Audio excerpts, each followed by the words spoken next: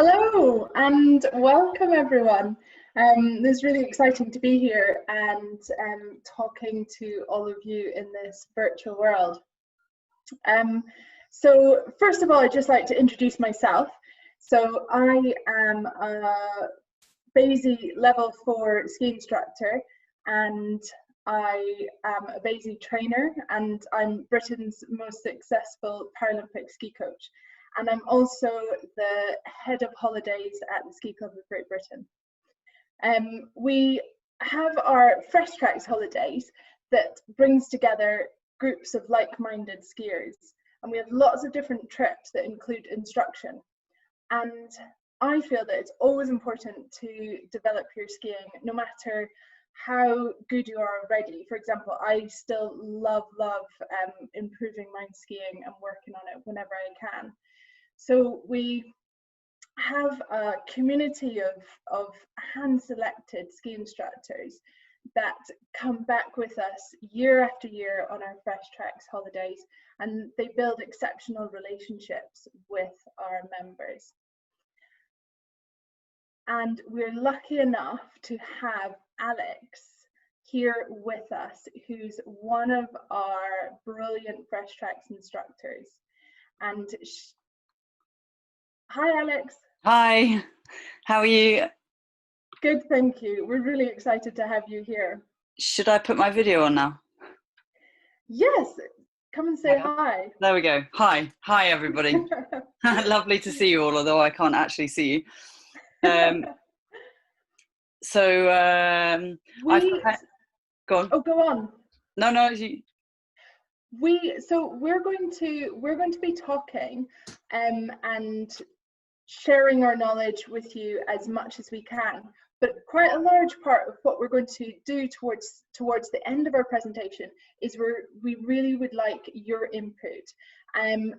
Could you please ask us some questions? And you can do that on the chats, on the Q&A, or if you put your hand up. And if you put your hand up, we can then bring you in and you can ask your question live. So if you have questions like, is there something that you've always found makes your ski technique break down? Is there some new terrain that you'd like to master? Or are there always the same situations where you find that you lose control?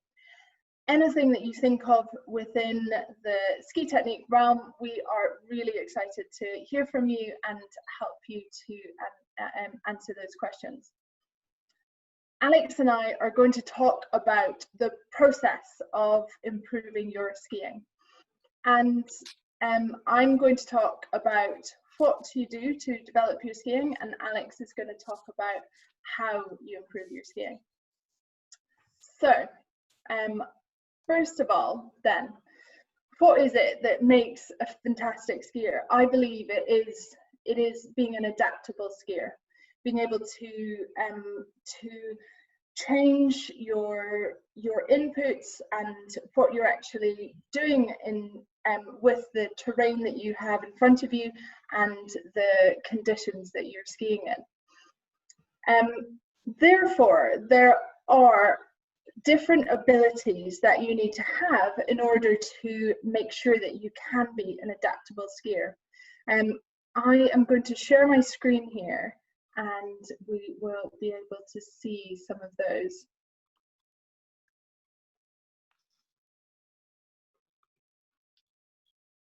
So these are the components of great skiing, being an adaptable skier. And first of all, we'll look at ski abilities. So these are things that can actually be developed off of skis as well as on your skis.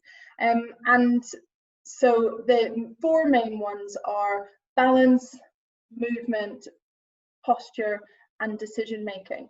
So the balance, first of all, it's a dynamic balance. You've got to be moving. So whenever you are skiing, you're always having to adapt your balance because everything is moving while you are skiing.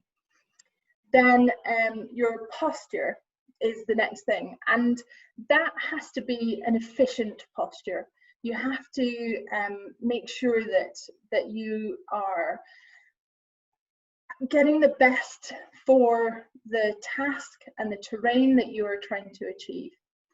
And then we look at movements, and the movements are in all planes and they need to be coordinated. Your different the goal that you're looking for. And then decision making. Now this is related to the task that you're doing and the goal that you're wanting to achieve in the end. So what posture and movements are you going to choose in order to achieve your task? Then we can look at skiing skills. Now, what's really important, I believe, when you're developing your skiing to improve your skiing, is that you are working on skiing skills rather than maneuvers. The reason for that is that you can then adapt the different skills that you are doing for the terrain and the conditions that you are skiing in. The three major skiing skills that we can develop are rotation, which is the turning force on your skis, so just turning your skis side to side. Then edging, and that's the tilt of your skis, having the ability to control how much tilt you put on your skis. And then the other one is pressure, and that's how much force you put through the sole of your foot into your skis while you're skiing. And the combination of these components is what makes a fantastic skier. So you've got the inputs of the skiing abilities that you merge together in order to make the skiing skills that you can then adapt to the terrain that you are going to ski in. We are now going to hear from Alex, who is going to talk about how you develop your skiing, looking at some different models that you can use in order to help you achieve that. Over to you, Alex. Hi there, everyone. So today I wanted to talk to you a little bit about the process of learning and the process of engaging within your lesson. So I'm going to try and share my screen with you now.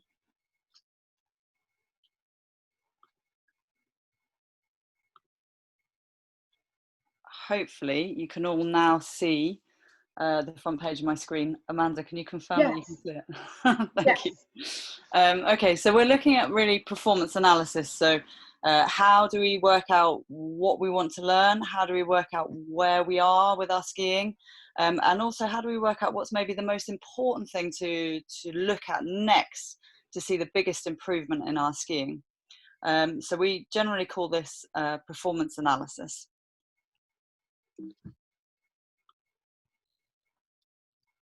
So we use something that's called the TIDE model. That's something that's maybe comes across a little bit complicated, but it's really very simple. So it comes across, it's one big circle that can have lots and lots of circles in it. So when you take a lesson, you might have 5 or 6 different circles or more going on in a day, and one big circle that might be your sort of goal for that day. So it might be to, I don't know, improve your short radius turns might be your overall task or goal. And then you might have lots of little exercises within that that improve various different things to help you to achieve your overall goal. So we present it as in a task. So our task might be short radius turns coming down. For those of you that know leaders out, let's say the crets, so a nice wide open blue run with a focus on keeping our shoulders down the hill. Then we need to collect that information, don't we? What's happening? So we can collect information from lots and lots of different areas. So I can watch you at the bottom slope, or Amanda, or whoever your instructor is, can watch you and say, oh, we saw this, and as a result, this was happening. You can come down and you can say to us, oh, I really, really felt that was loads better. I could feel the difference. I felt this. But you need to be quite descriptive of what you feel. We can listen. So did we hear lots of scraping, or did we hear clean turns? we can take video and we can re-watch that video later on, so that then we can discuss between us what we're actually seeing. We can pause the video. So you can see we need to collect all of this information from loads of different places. And the more you can engage in your lesson and give information, and obviously we will engage as well, hopefully, and give lots of information, that will allow us to evaluate. So that's like what and why. So what's happening and why is that happening? So I don't know, maybe you're losing the outside ski a little bit, or maybe you're picking up speed, or you're feeling a little bit out of control. And then we need to work out, you know, why is that happening? Is it because our shoulders are coming round, so we're losing that outside ski, and so we're drifting off to the side, we're not managing to finish our turn, so we're getting faster and faster as we come down the hill. But what we need to work out with these bits of information is where we are and where we would ideally like to be. Because the key to having a lesson, I think, although we all learn that it's safety, enjoyment, then learning, is we're going to take for granted that we're going to keep you safe, and we're going to take for granted that we're going to make sure that you're having a great time. So it's the learning element. So we need to work out where we are with our skiing, where we want to be, and how are we going to arrive there. So that's the development section. And that's when you feel like you've got some development in there. That's when you walk away from the lesson thinking that was a really worthwhile lesson. I really want to go back and learn more with, well, hopefully with me, with Alex, or with whoever it might be, who's your instructor at the time, be that with the Ski Club of Great Britain or with another independent or ski school. So that is basically talking about technique. So then we have something that we call the TP. So what is this? So as we go round our tide model, round our circles, the obvious thing to look at is our technical skiing. So that's the information, as we were talking about, what you would usually expect from a lesson.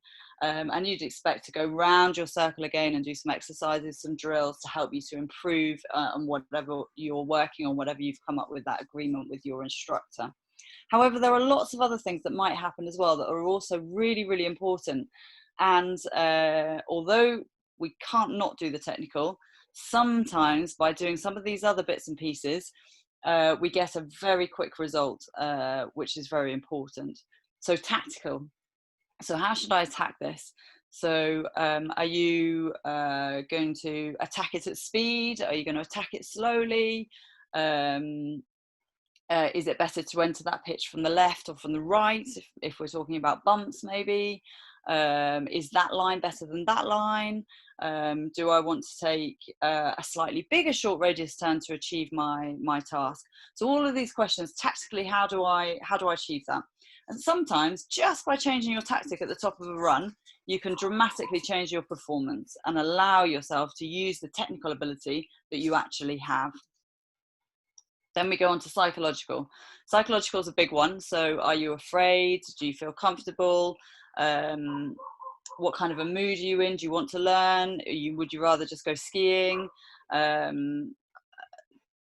Would I prefer psychologically to be with a group of girls, a group of guys, a mixed group? That could be tactical as well when you're booking.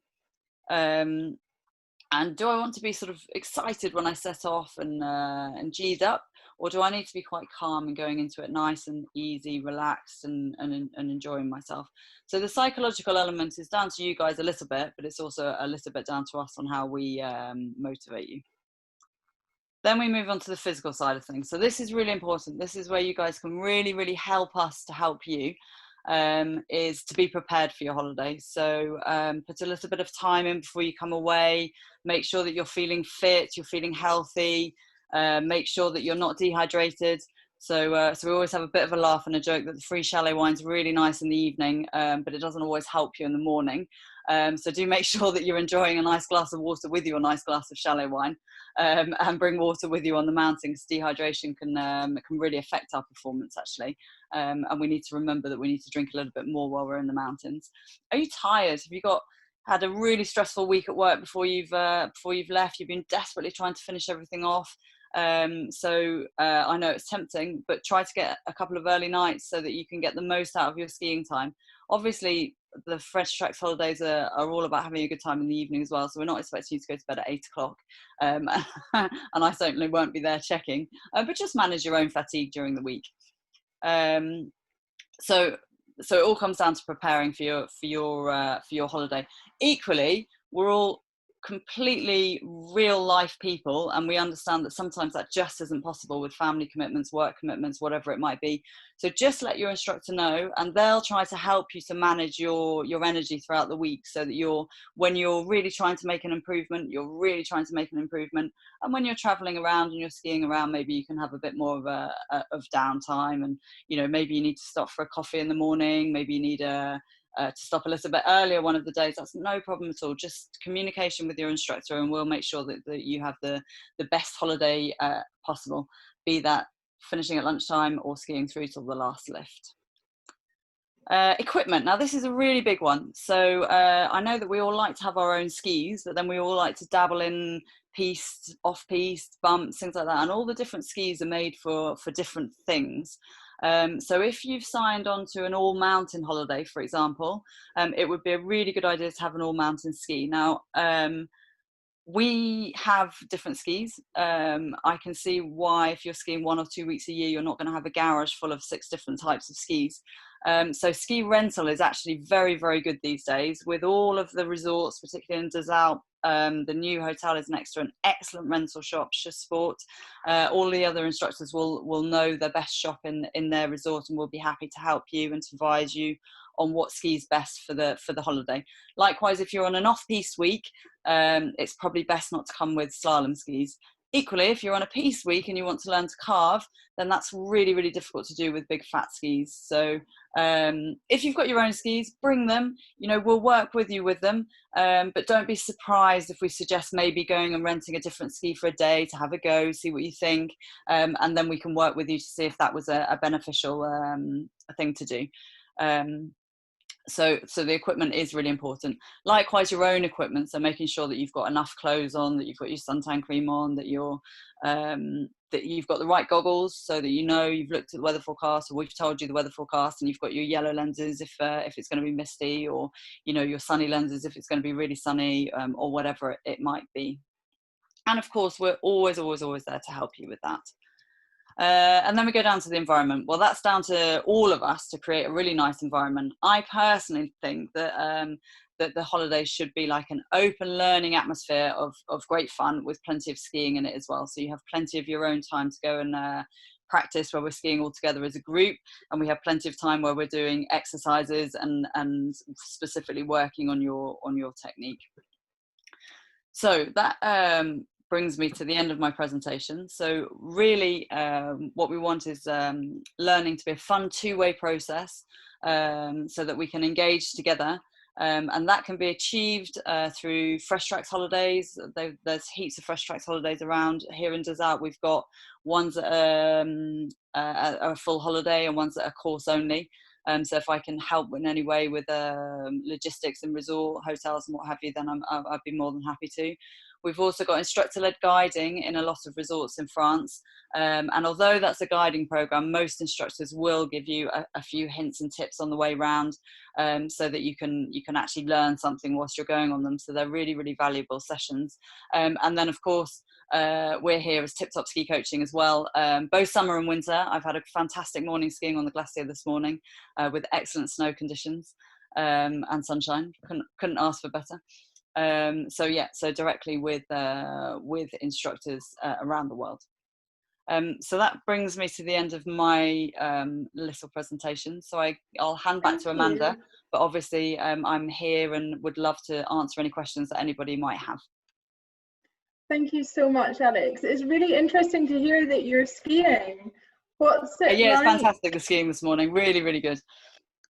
And what's it like skiing with COVID around? Has it changed anything? So we're skiing in masks. Everybody has to wear a mask on all of the lifts, so that for mountain biking and skiing alike, and if you're just off hiking and getting on a lift.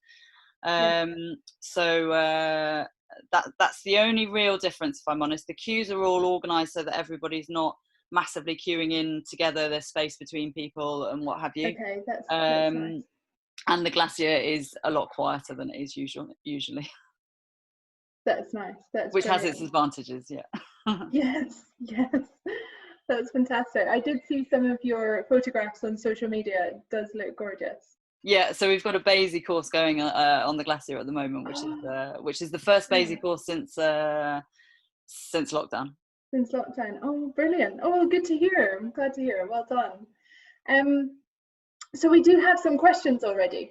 Now, interesting that you were just speaking about TP and about the different aspects of your skiing that you actually need to look into, rather than just going immediately to technique.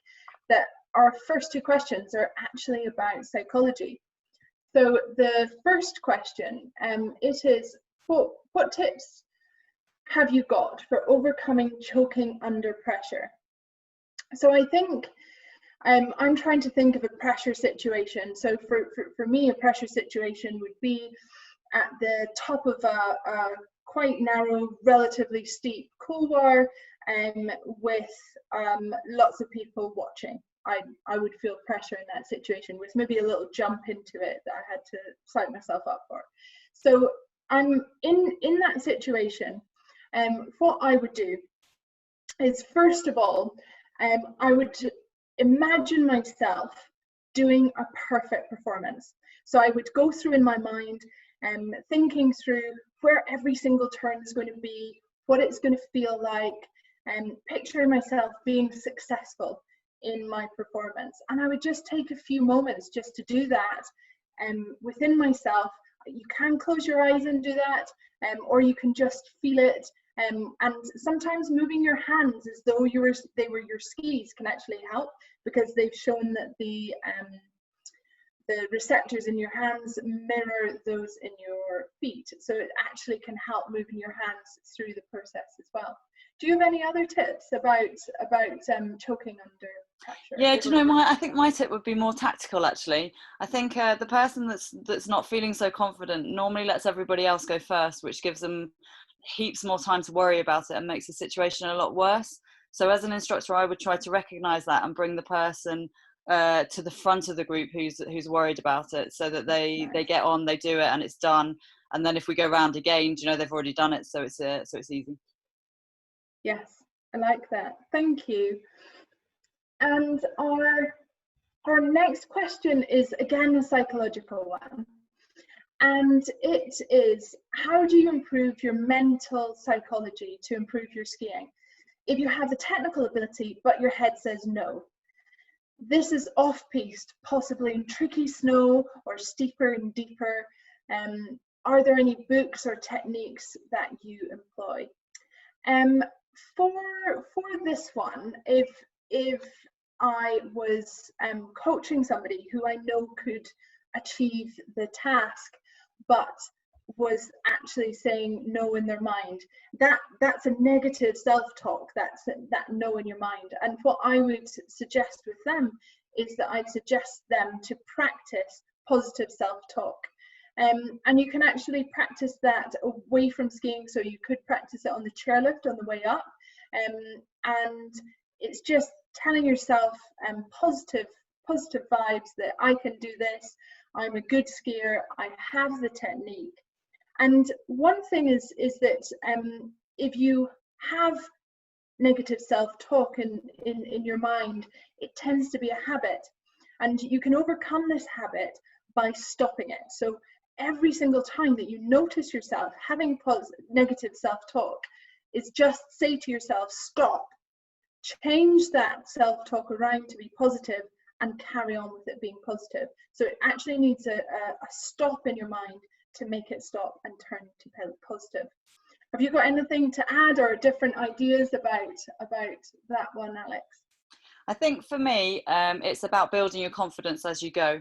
So I would start off as an instructor on something where you felt confident and that you achieved it, and make it little by little, a little bit more difficult, so that at each step you can regain your confidence.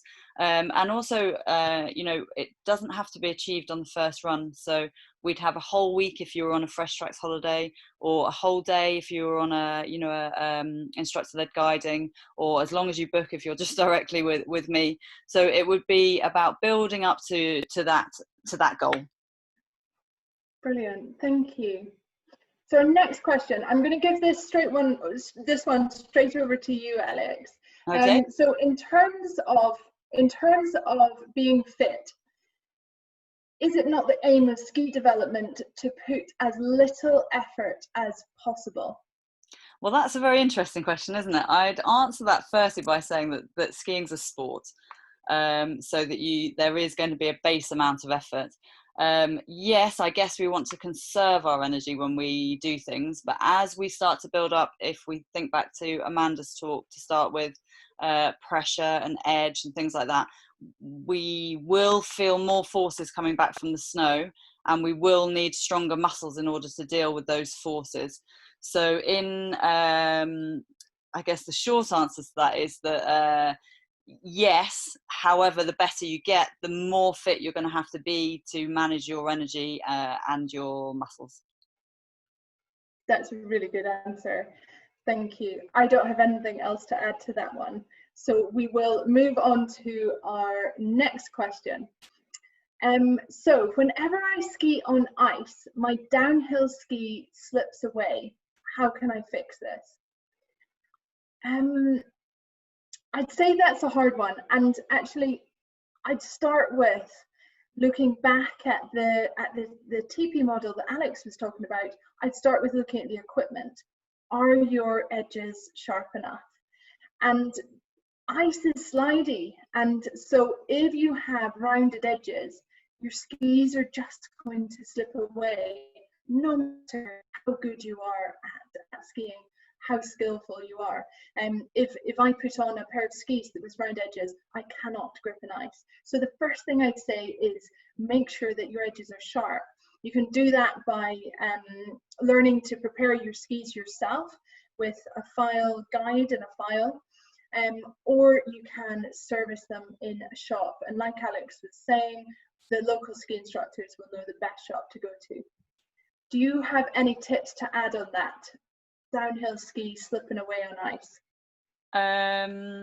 Well, I think that having sharp edges is definitely the most important thing on that front. But again, maybe having the correct skis. If it's really super icy and you're on really big, fat, soft skis with no torsional strength, then even with the sharpest edges in the world, it's going to be quite tricky to grip on that ice.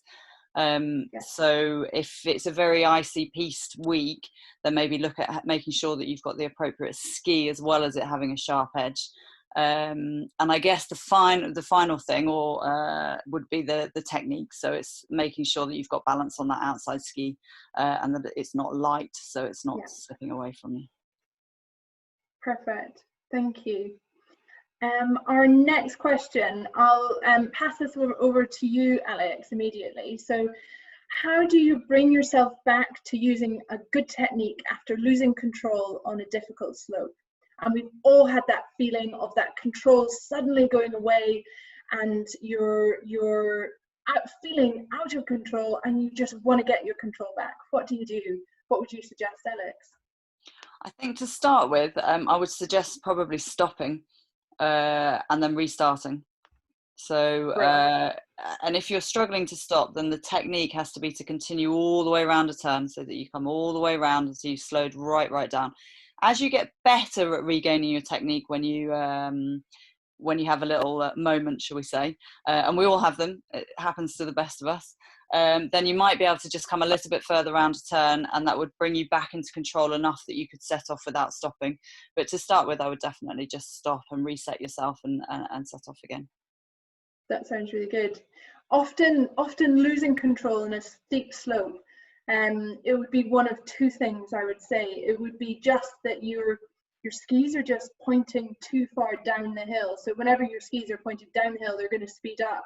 So you're maybe not just finishing the turn off. What Alex was saying is just bringing the skis around so they're facing right across the hill, before you start the new turn.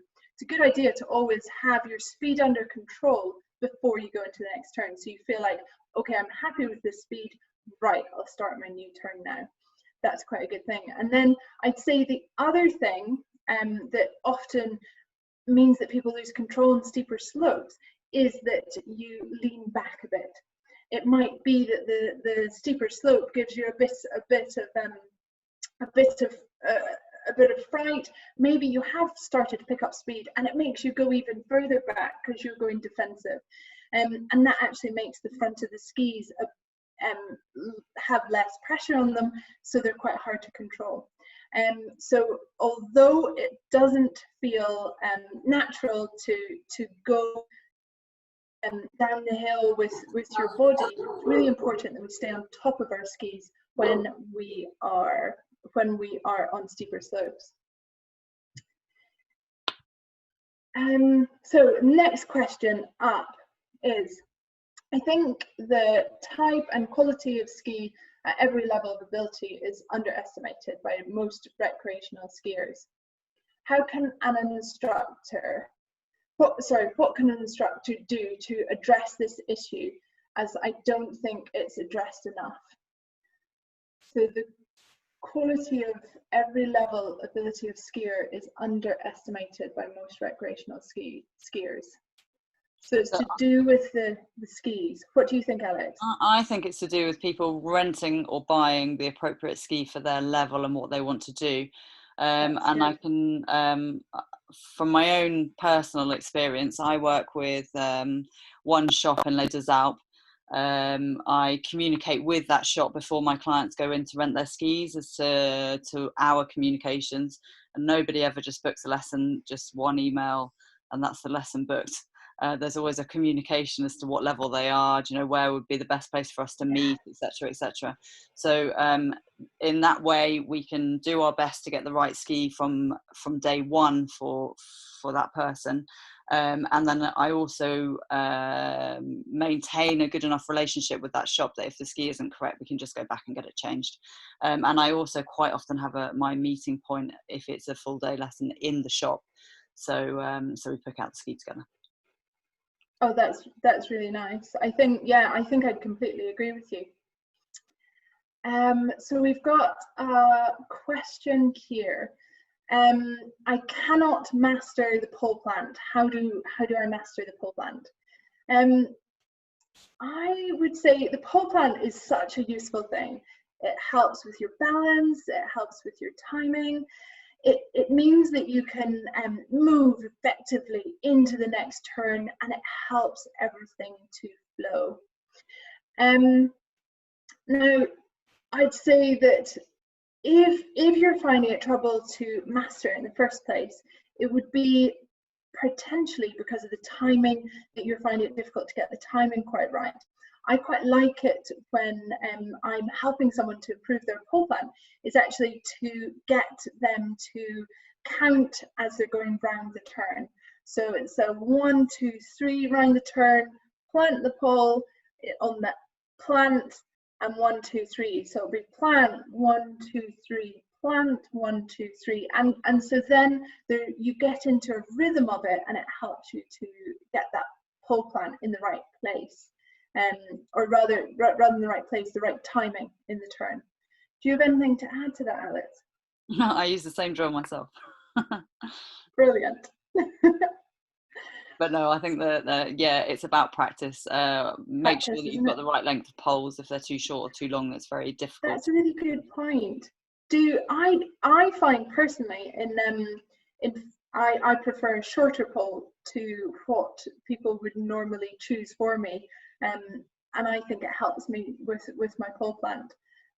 So it can be a little bit personal preference as well, that pole plant with the pole length. Do you think that it's something that people can practice pole planting in different places depending on the terrain? Is that something that you do, Alex? Yeah, loads, because if we think about different types of turns, we want our body position to be different, don't we? So like in my presentation, I was mentioning about having our shoulders facing down the hill in a short turn. If I plant my pole at the tip of my ski, and anybody who's keen could stand up and have a go, then your shoulders are going to be facing the same way as your skis. Brilliant, thank you. We have another question here. Deciding an appropriate place to turn can make a huge difference, but how can I sharpen this process away from the slopes? I think that's a really good point, and it's very difficult to practice that in the moment of what you see in front of you and the decision making that you have to make. One of the things that I find has helped athletes that I have worked with is off of snow and actually running down a hill that maybe has bumps and bits of terrain that they've got to negotiate. So off of the skiing, they are actually practicing that in motion decision making. You could do that on a bike as well, just on quite challenging terrain, just cycling through quite challenging terrain and just deciding where you're going to go next. But I definitely find that running down a narrow path or down a hill or on challenging terrain, and you have to be decision making about where you're going to put your foot next, and you can actually practice that decision making off of the snow. What do you think about that, Alex? Have you got anything that you would find to sharpen the process of decision making where you make your turn? I think it's the key to it is looking ahead.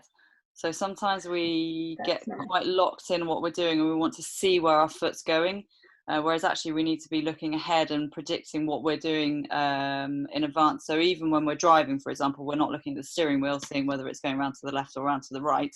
We're looking well ahead to see if there's anything coming out or if we need to turn or whatever. So I think it's based around that. And I think you mentioned biking, for example. I enjoy downhill mountain biking here in Des Alpes, and I think that certainly makes you think fast. So other sports, like you say, running down the hill, but even just when you're driving or you're walking down the street, you're looking ahead, aren't you? That's true.